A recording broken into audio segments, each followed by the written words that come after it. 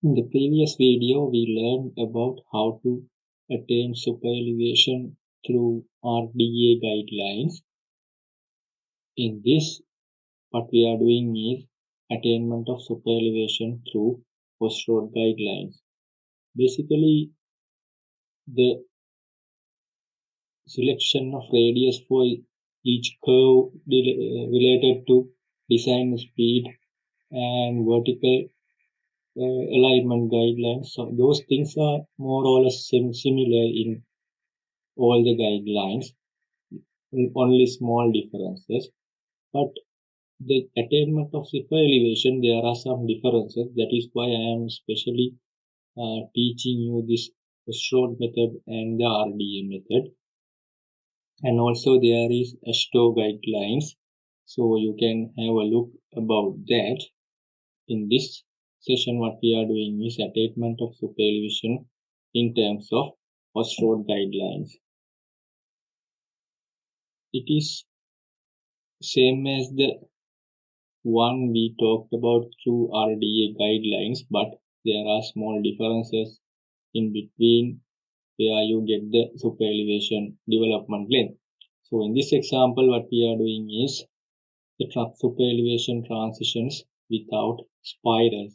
So as I explained this in my previous video, so you have the normal first fall and you have the full super elevated section inside the curve. In between we have a super elevation transition. Even though I have used 2.5 values as normal first falls, especially in Ostrode guidelines, they use -3 as the normal first fall in Australia. Here I have used the old image I used in RDA guidelines. That is why I am using -2.5. Then we have two methods to get the super elevation development length. But there are new things to discover here because we have two components in super elevation development. That is super elevation runoff and tangent runoff. If you can remember what RDA guidelines taught you, that is you get the super elevation development by either relative gradient method or rate of pavement rotation method. Only what you get is the length of pavement rotation, length of the super elevation development. Then you divided it into the curve and the straight according to the criteria, or if it is in a reverse curve, you have some way of doing that. But instead, we have two things called super elevation runoff SRO and tangent runoff. So super elevation runoff means the length you require to change your cross fall from flat super elevation to the super elevated section. So here I have described it.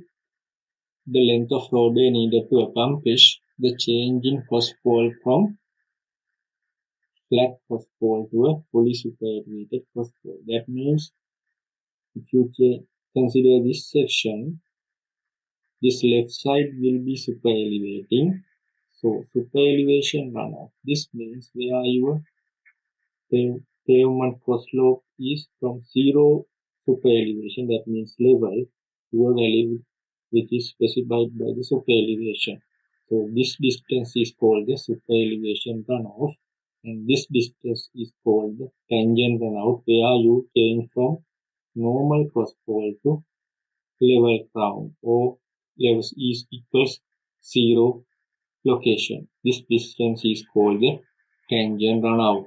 If you get the super elevation diagram, you can see this is normal cross fall point, this is level crown point. Up to this point, the length is tangent runout. Then from level crown point or the super elevation 0 point to the full super elevation point, you have super elevation runoff.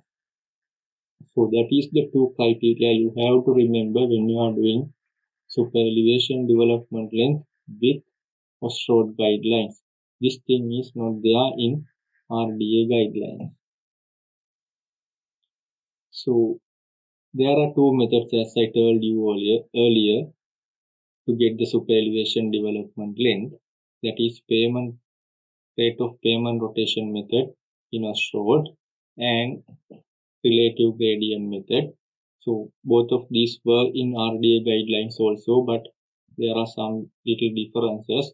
Actually, this thing is more or less the same one, but the relative gradient method has a little more difference than the RDA one. So this rate of payment rotation, length of super elevation development length is given by this equation. So you can substitute the values to this equation and get the super elevation development length.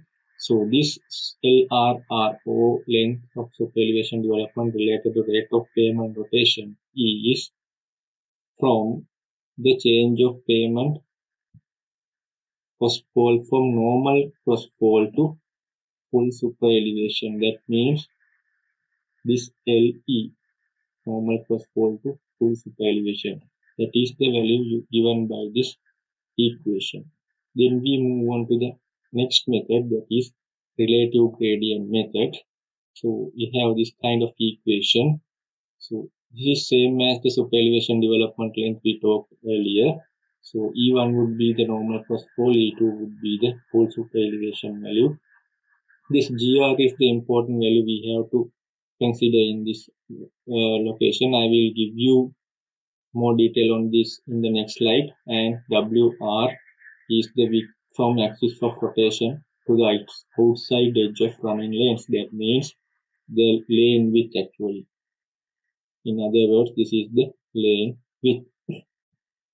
So here you have values for GR. For one lane, if the lane width is 3.5, you have the GR values. You can remember we have this GR means the maximum relative gradient. So we had this in RDA design guidelines too, but in offshore there's a little more difference because you can calculate GR from this equation, either for this one or this one, depending on your speed. If your speed is less than 80 kilometers per hour, you have to use this one. If it is equal or greater than 80 kilometers per hour, you have to use this equation. So you have to use your lane width here. So let us say you calculate GR for 50 kilometers per hour. You put 50 here. If your lane width is, let us say 3.6 meters, you put it here. Then you calculate the value. So if this value is less than this value, that means 0.75. So for 50 design speed, for one lane your maximum relative gradient is 0.75. Once you calculate it here, if the value is less than 0.75, you can use that lower value to this equation. If it is greater than this value, that means if it is greater than 0.75, you have to use 0.75 in this equation. That is the importance of GR in this relative gradient method. So that is about relative gradient methods to get the length of super elevation development. Then we will see how to position super elevation development length through the straights and curves. In RDA guideline, you may remember that I have told you we put 1/3 of the super elevation development length inside the curve and 2/3 outside the curve on the straight section. For short method, if it is a single circular curve, that means you don't have any spirals. So your portion of super elevation runoff will be located like this. So your operating speed is 20 to 70. So you will be putting 80% on the straight section. This means portion of super elevation runoff located prior to the circular curve. That means prior to the circular curve means on the straight. So this is 80%. In RDA guideline, it was 66% or 67%. That means 2/3, but here you have 80% of the super elevation in the tangent section and only 20% on the curved section. So if the speed is greater than 80, you have to use 70%. Then in terms of reverse curves, it is saying that reverse curves should have sufficient distance between them, the curves, to introduce full superelevation development for each curve without exceeding the standard rate of change in superelevation for the particular operating speed. This means it is assuming that you have a small tangent in between the reverse curve so that you can apply superelevation development length. So if you consider about a reverse curve, in a reverse curve you don't have a tangent runout section because in reverse curve you don't have a normal cross pole. It is going one super elevation to the other super elevation. So there is nothing something called normal crown in that section. So you don't have a tangent runout section. So you have only super elevation runoff for one curve and the super elevation runoff for the other curve. In this, what is assuming is both these runoff lengths are in the tangent in between the reverse curve. So if that cannot be placed, you have to use this table 7.2, which is this one, to divide the super elevation development length inside the curve. But not only that, there are so many things about reverse curves in Ostrode. So there is something called Appendix I of Ostrode Part 3 in 2016 version, provides additional information regarding super elevation development for a number of types of reverse curve. If you got a chance, you can